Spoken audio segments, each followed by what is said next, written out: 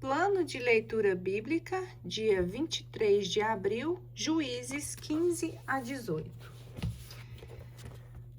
Passado algum tempo, estando próximo à colheita do trigo, Sansão foi ver a sua mulher, levando-lhe um cabrito. Quero, dizia ele, entrar no quarto de minha mulher. O pai dela, porém, impediu-lhe a entrada. Eu pensei, disse ele, a Sansão, que a aborrecias, e por isso dei-a um teu amigo. Não é porventura mais formosa do que ela, sua irmã mais nova?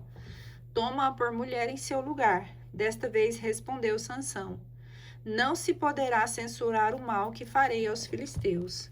Ele se retirou, apanhou 300 raposas e, tomando tochas, prendeu as raposas duas a duas pelas caudas, e atou entre as suas caudas uma tocha. Pôs-lhe fogo e soltou na seara dos filisteus. Incendiou assim tanto o trigo que estava enfeixado, como o que estava ainda de pé, queimando até mesmo as vinhas e os olivais. Quem fez isso? Perguntaram os filisteus. Responderam: foi Sansão, genro de Tamineu. Porque este tomou sua mulher e deu a um de seus amigos. Então subiram os filisteus e queimaram a mulher juntamente com o seu pai. Sansão disse-lhes: ah, é assim que fazeis? Pois bem, não descansarei enquanto não me tiver vingado de vós. E feriu-os vigorosamente sem compaixão alguma. Depois disso desceu e habitou na gruta da rocha de Etã. Então subiram os filisteus e acamparam em Judá, espalhando-se até Leque. Os homens de Judá disseram: por que subistes contra nós? Eles responderam: subimos para prender Sansão e pagar-lhe o que ele nos fez. 3.000 homens de Judá desceram então à gruta do rochedo de Etã e disseram a Sansão: não sabe que os filisteus nos dominam? Que é isso que nos fizestes? Eu os tratei como eles mesmos me trataram. Respondeu Sansão. Eles replicaram: viemos prender-te para entregar-te aos filisteus. Jurai-me, disse Sansão, que não me haveis de matar. Não te mataremos, mas te entregaremos a eles amarrado. Ligaram-no, pois, com 2 cordas novas e tiraram-no da gruta. Chegado a Leque, os filisteus acolheram-no com gritos de alegria. Apoderou-se, porém, de Sansão o espírito do Senhor. As 2 cordas que ligavam seus braços tornaram-se como fios de linho queimado, caindo de suas mãos as amarras. Apanhando uma queixada ainda fresca de jumento, feriu com ela 1.000 homens. Sansão dizia: com a queixada de um jumento eu os destrocei. Com a queixada de um jumento, 1.000 homens feri. Dito isso, lançou ao longe a queixada e deu àquele lugar o nome de Ramate-Leque. Como estivesse com muita sede intensa, clamou ao Senhor. Vós destes, disse ele, ao vosso servo, esta grande vitória. Morrerei eu agora de sede e cairei nas mãos dos incircuncisos? Então Deus fendeu a rocha côncava que está em Leque, e dela jorrou água. Sansão, tendo bebido desta água, recobrou o ânimo e recuperou as forças. Daí o nome que traz essa fonte, En-Acoré. Ainda hoje ela existe em Leque. Sansão foi juiz em Israel durante 20 anos no tempo dos filisteus. Sansão foi a Gaza, onde viu uma mulher meretriz e foi procurá-la. E a notícia correu pela cidade: Sansão está aqui. Puseram-se de emboscada nos arredores durante toda a noite, junto às portas da cidade, e ficaram quietos toda a noite, dizendo: ao romper do dia, vamos matá-lo.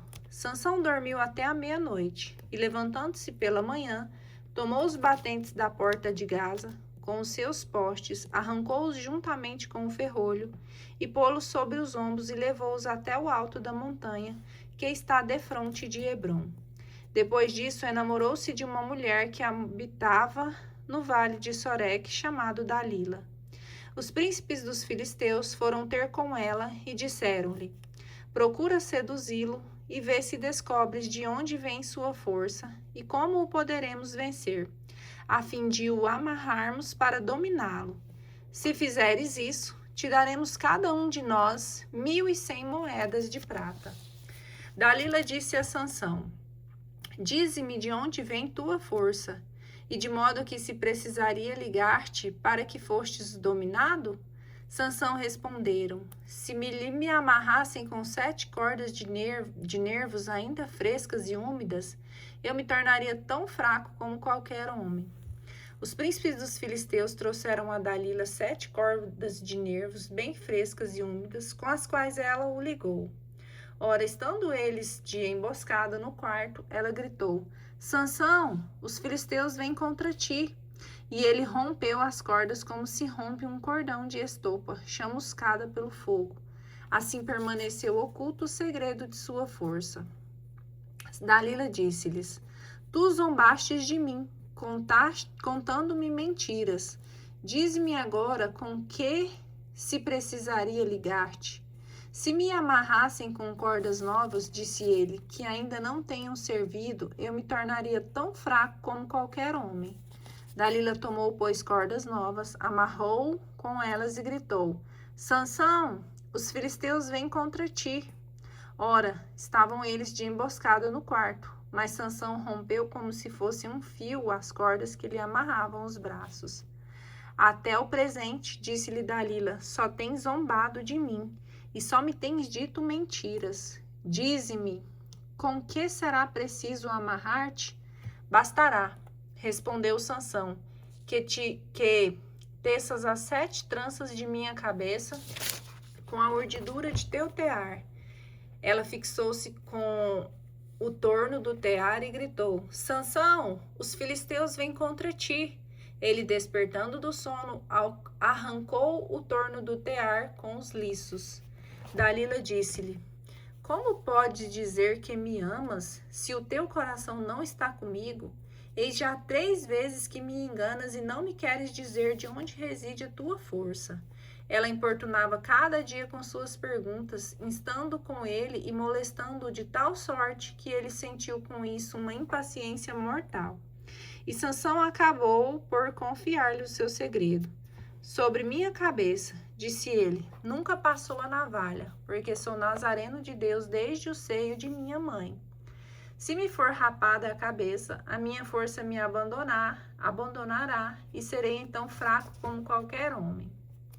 Dalila sentiu que ele tinha aberto todo o coração e mandou dizer aos príncipes dos filisteus: subi agora, porque ele me abriu todo o seu coração. E os príncipes dos filisteus foram ter com ela, levando o dinheiro em suas mãos. Dalila fez o que o seu marido adormecesse nos seus joelhos e, chamando um homem, mandou-lhe que raspasse as 7 tranças de sua cabeça. Ela começou a dominá-lo por sua força, pois sua força o deixou, e disse: Sansão, os filisteus vêm contra ti. Despertando ele do sono, disse consigo mesmo: sairei deles como das outras vezes e me livrarei. Ignorava Sansão que o Senhor se tinha retirado dele. E os filisteus, tomando-o, furaram-lhe os olhos, levaram-no a Gaza, ligado com uma dupla cadeia de bronze, e ali colocaram na prisão, fazendo-o girar a mó. Entretanto, os seus cabelos recomeçavam a crescer.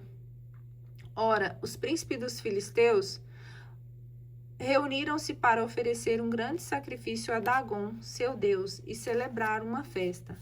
Nosso Deus, diziam eles, entregou-nos Sansão, nosso amigo.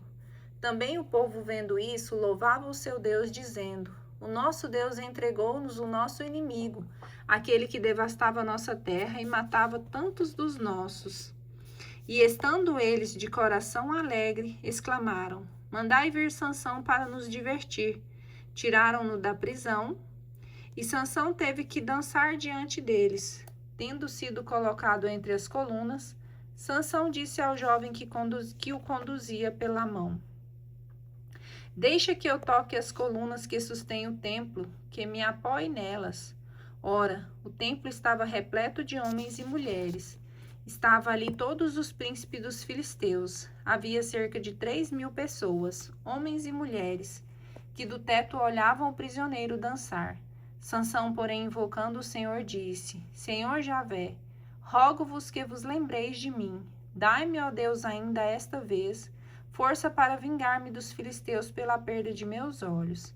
Abraçando então as duas colunas centrais sobre as quais repousava todo o edifício, pegou numa com a mão direita e noutra com a mão esquerda e gritou: Morra eu com os filisteus. Dizendo isso, sacudiu com todas as forças o edifício que ruiu, sobre os príncipes e sobre todo o povo reunido. Desse modo matou pela sua própria morte muito mais homens do que os matara em toda a sua vida. Então desceram a Gaza os seus irmãos e toda a sua família paterna. Tomaram-no e, tendo voltado, sepultaram no túmulo de seu pai, entre Saraá e Estaol. Sansão foi juiz em Israel durante 20 anos. Micas e a migração dos danitas.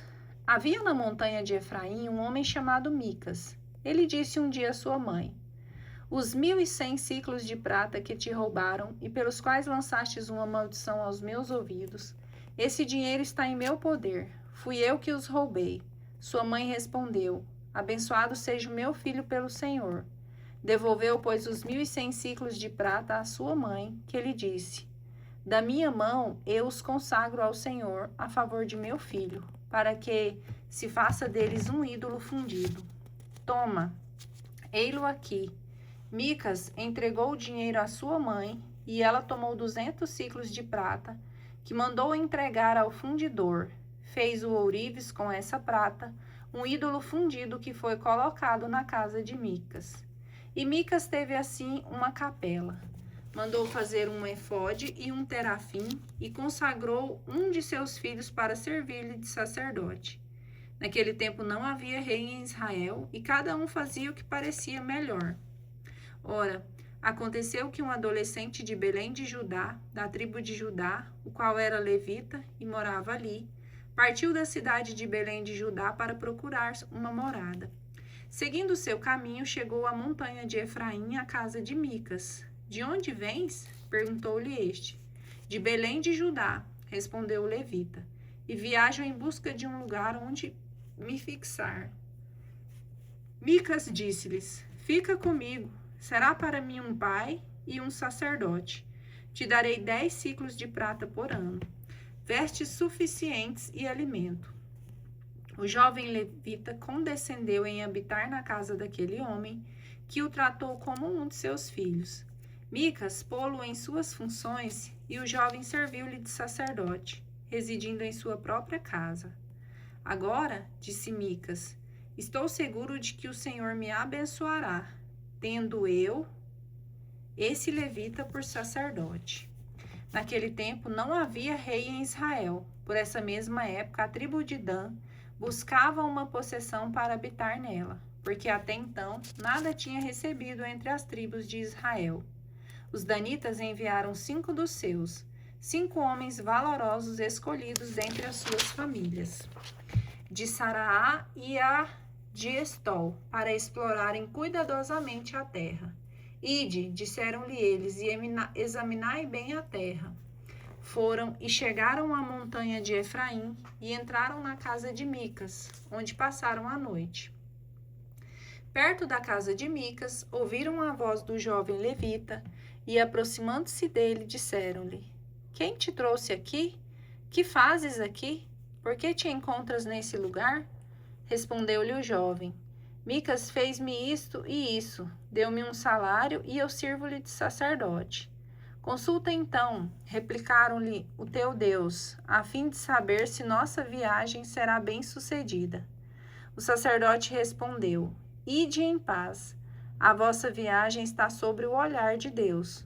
Os 5 homens puseram-se a caminho e foram até Laís. Viram ali um povo que habitava seguro, pacífico e tranquilo, segundo o costume dos sidônios. Não havia naquela terra nenhum rei que dominasse sobre os seus habitantes, ou que molestastes em coisa alguma. Viviam longe dos sidônios e não tinham relações com ninguém. Voltando para seus irmãos, em Saraá e Estaol, estes disseram: Que pudestes fazer? Eles responderam: Vamos, subamos contra eles. Vimos a sua terra, que é excelente. Por que ficais aí sem nada dizer? Não demoreis a pôr-vos em marcha para tomar posse desta terra. Quando ali entrardes, encontrareis um povo que vive em segurança e uma terra espaçosa que Deus vos entregará nas mãos, uma região onde nada falta daquilo que a terra produz. 600 homens da família de Dan partiram, pois de Saraá e de Estaol, munidos com armas de guerra, e acamparam em Cariatarim, em Judá. Por isso deu-se àquele lugar o nome de Maané-Dan, o qual assim se chama ainda hoje e está situado ao ocidente de Cariatarim. Dali passaram as montanhas de Efraim e chegaram à casa de Micas. E os 5 homens que tinham sido enviados a explorar a terra de Laís disseram aos seus irmãos: Sabeis que há nessa casa um efode, um terafim e um ídolo fundido. Considerai agora o que tendes a fazer. Dirigiram-se para lá e entraram na casa do jovem levita, em casa de Micas, para saudá-lo e informar-se de como ia passando. Entretanto, os 600 danitas, armados como estavam, ficaram à porta. Os 5 exploradores penetraram sozinhos na capela e tomaram o ídolo com o efode e o terafim, enquanto o sacerdote se achava com os 600 homens armados à entrada da porta. Tiraram, pois, da casa de Micas o ídolo, o efode e os terafim. O sacerdote disse-lhes: Que fazeis vós? Cala-te, responderam-lhe. Põe a mão na boca, vem conosco, e tu nos servirás de pai e de sacerdote. O que é melhor para ti, ser sacerdote na casa de um particular ou numa tribo e numa família de Israel? Alegrou-se o coração do sacerdote, e ele, tomando o efode, o terafim e o ídolo, foi com a tropa. Puseram-se de novo a caminho, precedidos das crianças, do gado e das bagagens.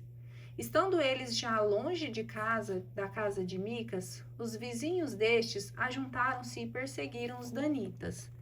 Interrogados os filhos de Dan, voltaram-se e disseram a Micas: Que queres tu, e por que trazes toda essa gente? Ele respondeu: Tirastes os meus deuses, que fiz para mim. Tomastes os sacerdotes e partistes. Que me resta agora? E como podeis perguntar o que quero? Os danitas replicaram: Nem mais uma palavra diante de nós. Não suceda que alguns se impacientem contra vós, e percais a vida, tu e tua família. E os danitas continuaram o seu caminho. Micas, vendo que aqueles homens eram mais fortes que ele, voltou para a sua casa.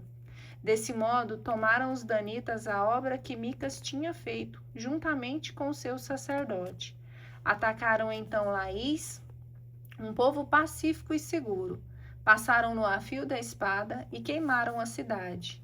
Não houve quem a salvasse, porque estava longe de Sidom e não tinham relações com ninguém. Essa cidade estava situada no vale pertencente a Bet-Roob.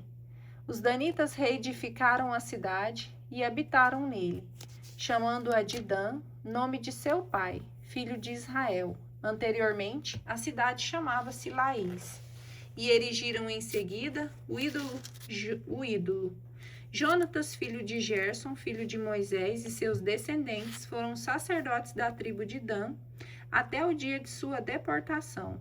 O ídolo de Micas foi conservado entre eles durante todo o tempo que o santuário de Deus ficou em Silo.